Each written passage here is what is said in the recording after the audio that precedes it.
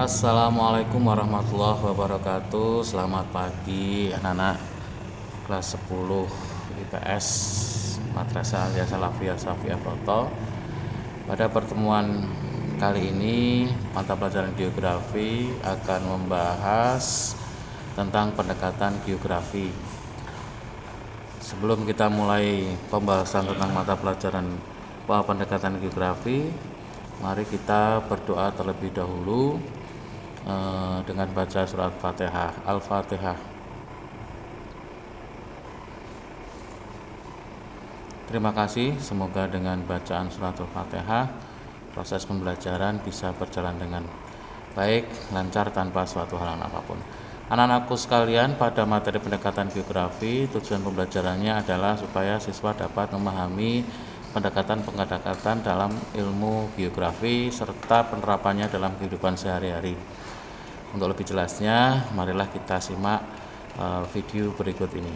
Nah, apa itu pendekatan geografi? Jadi pendekatan geografi itu adalah suatu metode yang digunakan untuk menganalisis permasalahan geografi. Nah, apa itu permasalahan geografi? Mari kita lihat di sini. Masalah geografi itu adalah masalah yang ada di muka bumi. Contohnya di sini ada masalah lingkungan hidup, ada pencemaran, ada kebakaran hutan, ya, ada pembalakan liar, pembuangan sampah sungai dan lain sebagainya. Kemudian masalah kedua adalah bencana alam. Nah, ada gempa bumi, tanah longsor, ya, gunung meletus, tsunami dan lain sebagainya. Kemudian masalah yang ketiga adalah masalah kependudukan. Ada kepadatan penduduk, ada pengangguran, urbanisasi dan seterusnya. Masalah yang ketiga adalah pertanian, gagal panen, masalah irigasi, kelangkaan air dan lain sebagainya. Kemudian masalah yang selanjutnya adalah masalah perkotaan. Nah, masalah perkotaan seperti kemacetan dan seterusnya. Nah, langsung saja kita masuk ke materinya, yaitu pendekatan geografi nanti ada 3. Yang pertama itu adalah pendekatan spasial atau kita sebut sebagai pendekatan keruangan. Yang kedua adalah pendekatan lingkungan atau ekologi. Nah, itu yang ketiga adalah pendekatan kompleks wilayah. Nah, 3 pendekatan ini digunakan nantinya adalah untuk menangani sebuah masalah geografi, untuk mengkaji dan nantinya akan dicarikan sebuah solusi. Nah, kita bahas satu persatu biar lebih jelas. Yang pertama adalah pendekatan keruangan. Pendekatan keruangan ini adalah suatu metode atau suatu cara yang digunakan untuk mengkaji permasalahan geografi yang didominasi oleh faktor fisik. Jadi penyebab suatu masalah ini karena adanya faktor fisik. Ya. Contoh di sini. Nah, contoh di sini ada fenomena namanya adalah banjir. Masalah banjir. Nah, masalah banjir ini disebabkan karena adanya intensitas curah hujan yang tinggi di Kabupaten Bandung sehingga 5 kecamatan ini terjadi banjir. Contoh yang kedua adalah masalah longsor. Masalah longsor yang ada di Banjarnegara ini terjadi karena faktor alam ini, karena kemiringan lereng, adanya mata air bawah tanah dan adanya pergerakan tanah sehingga menyebabkan longsor. Makanya metode yang kita gunakan adalah pendekatan keruangan. Kemudian yang kedua adalah pendekatan lingkungan atau ekologi. Nah, pendekatan lingkungan atau ekologi ini mengkaji permasalahan geografi yang faktor penyebabnya adalah perilaku manusia terhadap lingkungan hidupnya, entah itu lingkungan biotik ataupun lingkungan abiotik. Contoh, yang pertama, penebangan hutan di daerah hulu menyebabkan banjir dan tanah longsor. Ini adalah perilaku manusia, penebangan hutan. Nah, perilaku manusia menyebabkan banjir. Jadi kalau ada perilaku manusia menyebabkan suatu masalah, maka pendekatan yang kita pakai adalah pendekatan lingkungan. Yang kedua adalah pencemaran sungai, tercemarnya sungai Citarum. akibat pembuangan limbah hasil industri tekstil. Jadi pembuat industri tekstil ini membuang limbah ke sungai, maka sungainya menjadi seperti ini, tercemar. Ya, bisa dipahami ya. Kemudian yang pendekatan yang ketiga adalah pendekatan kompleks wilayah. Pendekatan kompleks wilayah ini mengkaji permasalahan geografi yang ada kaitannya dengan wilayah lain. Pertama, jadi kalau ada suatu masalah kok ada kaitannya dengan wilayah lain, maka yang dipakai ini. Yang kedua, jika kasus geografi yang disebabkan oleh gabungan faktor alam dan faktor manusia ini, faktor fisik, faktor sosial. Contoh biar jelas. Nih. Ada dua contoh di sini. Yang pertama dulu. Yang pertama itu ada alih fungsi lahan hutan menjadikan permukiman, villa, resort, dan hotel di wilayah Bogor menjadi salah satu penyebab terjadinya banjir.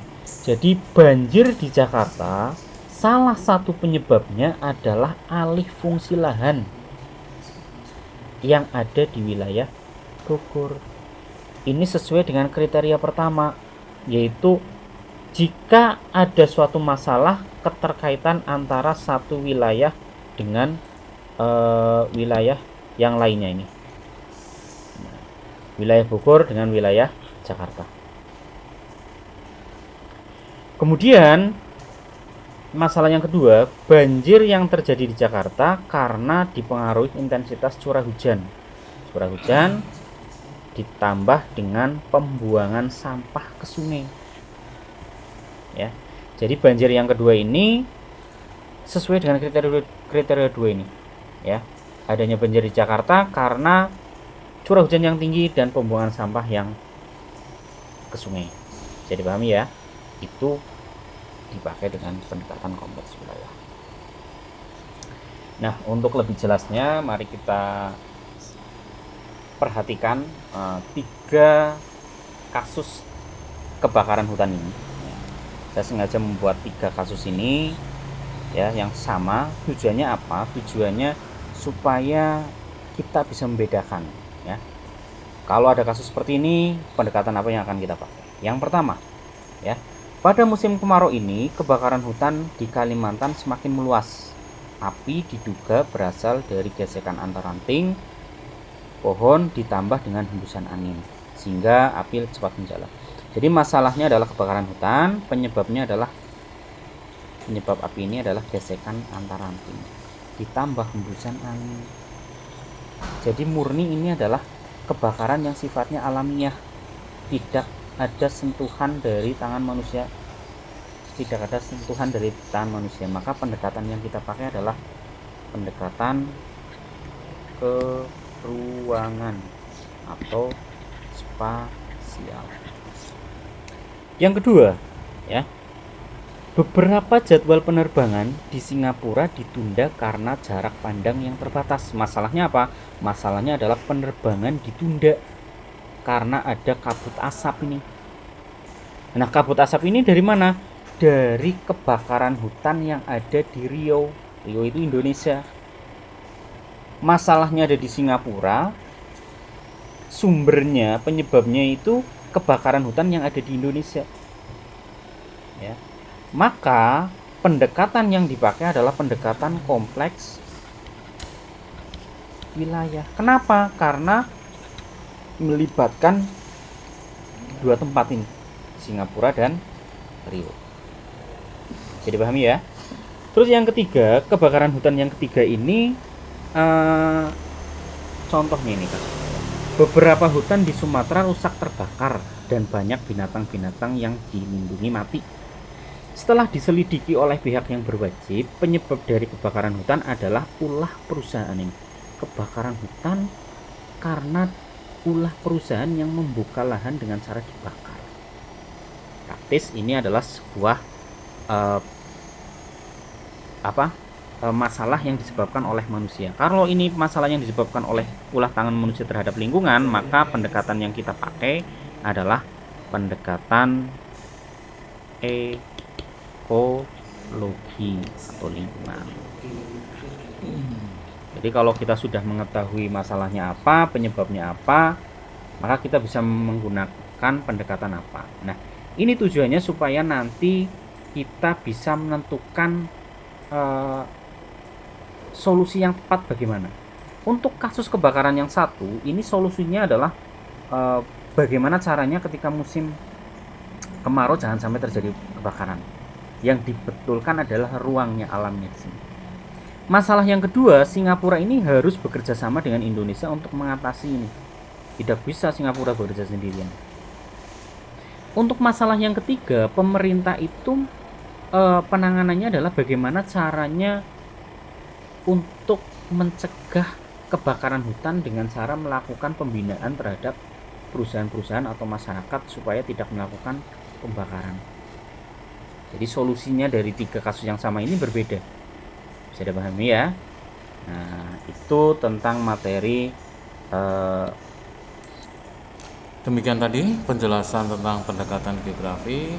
Silahkan kalian pelajari dan pahami. Apabila ada hal yang kurang jelas, bisa ditanyakan di e-learning maupun di grup WA besar. Mungkin itu dulu pertemuan pada kali ini. Kurang lebihnya mohon maaf. Assalamualaikum warahmatullahi wabarakatuh.